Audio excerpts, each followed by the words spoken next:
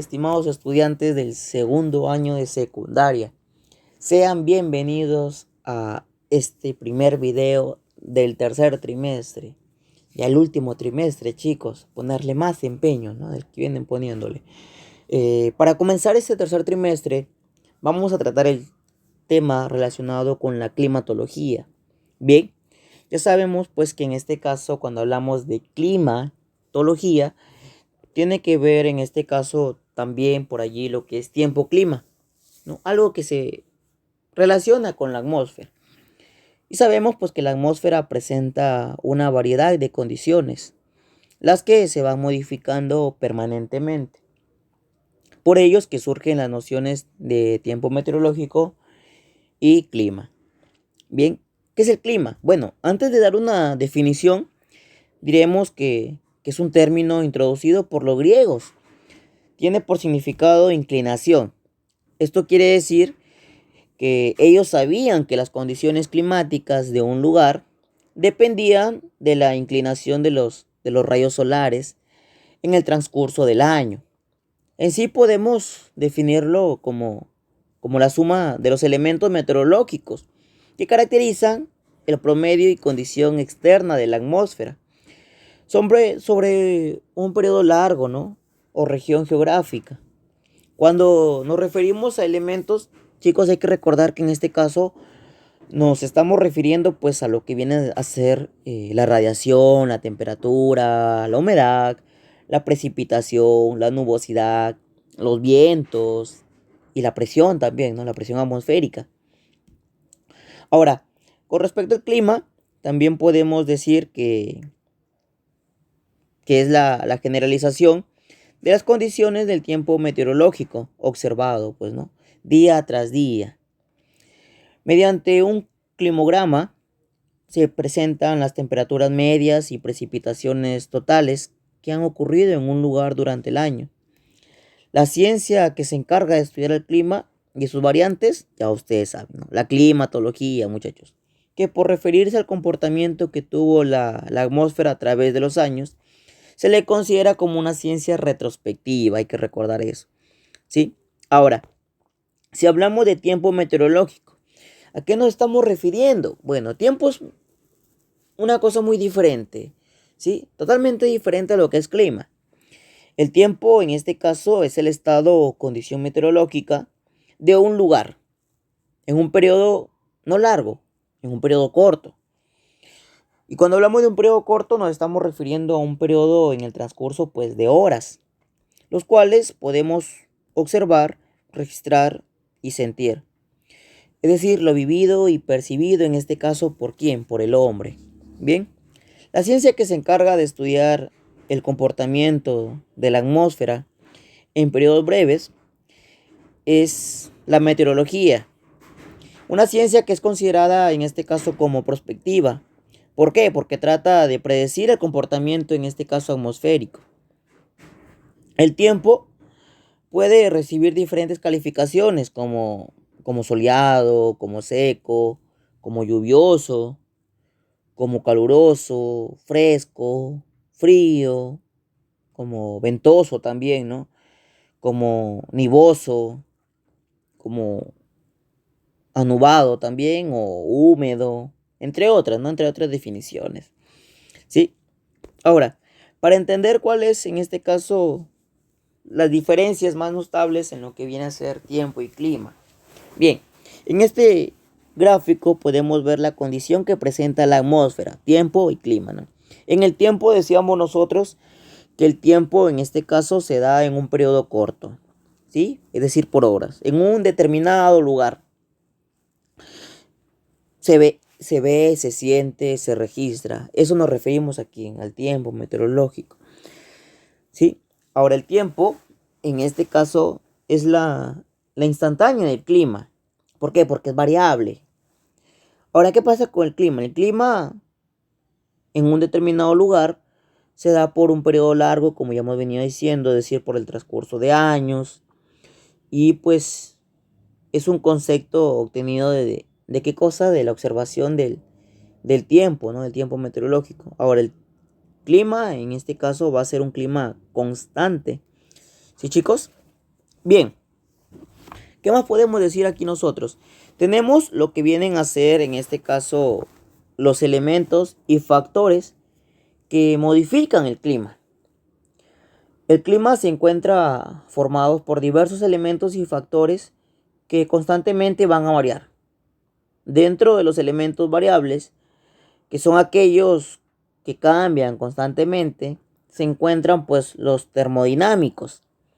¿Por qué se le llaman termodinámicos? Primero, se le llaman así porque su movimiento se debe a la acción de la radiación solar, conformado por la temperatura, la presión y el viento y los elementos acuosos.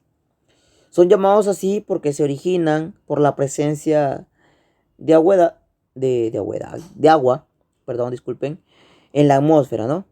Conformados por la humedad. Cuando hablamos de agua, estamos hablando de lo que viene a ser la humedad, la condensación, las nubes y la precipitación. ¿Sí? Entonces quedó claro, ¿no? Termodinámicos porque varían, en este caso con la radiación solar, y los elementos acuosos por la presencia del agua. Y ahí ustedes lo tienen en el gráfico. ¿Sí? Ahora, los factores modificadores son también parte del clima y se encuentran conformados, en este caso, por cósmicos y por geográficos. Cósmicos, ¿por qué? Porque afectan a todo el planeta. Y geográficos porque afectan a una determinada región del planeta. Si hablamos de factores cósmicos que tenemos por ejemplo la insolación, ¿sí? Tenemos el movimiento de rotación, el movimiento de traslación del planeta. Luego si hablamos de factores geográficos que tenemos, aquí están por ejemplo la latitud, la altitud, las corrientes marinas, la distribución de las tierras y mares y los tipos de suelo y vegetación. Bien. Si hablamos de elementos termodinámicos, primero ponemos aquí la temperatura y decimos nosotros, ¿qué es la temperatura? Bien, la temperatura, muchachos, es la cantidad de calor que hay en la atmósfera y se nombra constante solar a la cantidad de energía que llega a la Tierra por minuto y centímetro cuadrado.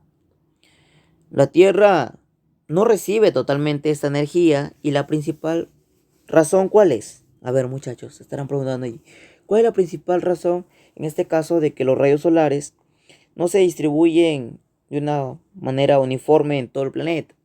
Bueno, esto se debe pues a la redondez que tiene la Tierra, la distribución de las aguas, además de la inclinación del eje terrestre también, ¿no?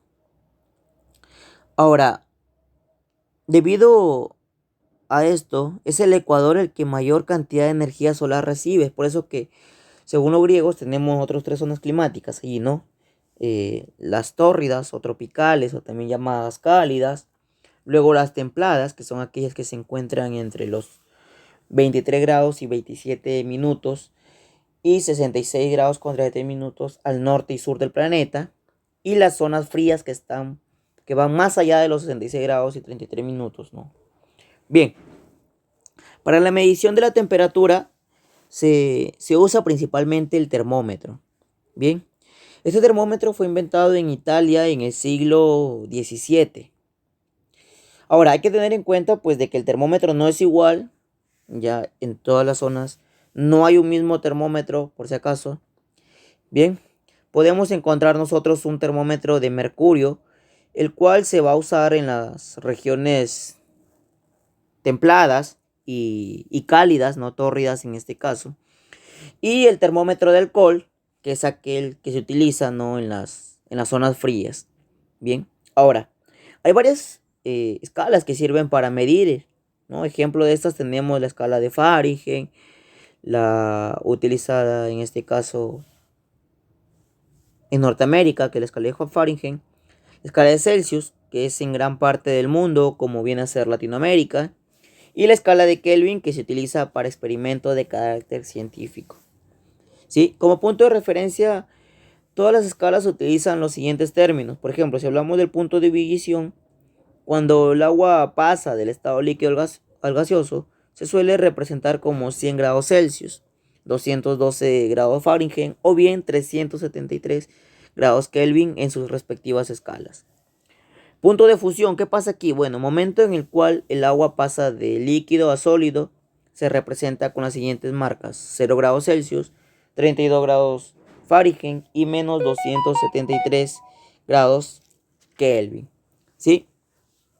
Bien, tenemos aquí la isolínea que nos permite determinar la temperatura, la cual es la isoterma, ¿no? Estas se van a trazar sobre un mapa y van a unir los lugares con la misma temperatura. ¿Sí, muchachos? Si hablamos de presión, nos referimos en este caso al peso de las masas de aire que se ejercen en todas las direcciones, y su estudio, al igual que el de la temperatura, es de gran importancia, pues. ¿Sí? ¿Por qué de gran importancia? Para conocer el movimiento que tienen los vientos. Uno de los instrumentos, en este caso utilizado para medir la presión, es el barómetro inventado por Evangelista Torricelli.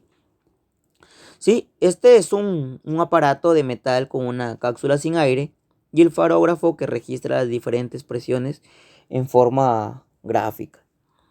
Bien, ahora hay que recordar pues que la presión va a variar a causa de ¿qué? A causa de la temperatura, de la altitud y de la humedad. ¿Sí? Bien, luego tenemos lo que viene a ser el viento. ¿Qué es el viento? El viento, muchachos, en este caso es un elemento termodinámico del clima que viene a ser una parte importante del ciclo hidrológico debido a que transporta humedad originada en los mares hacia el macizo continental.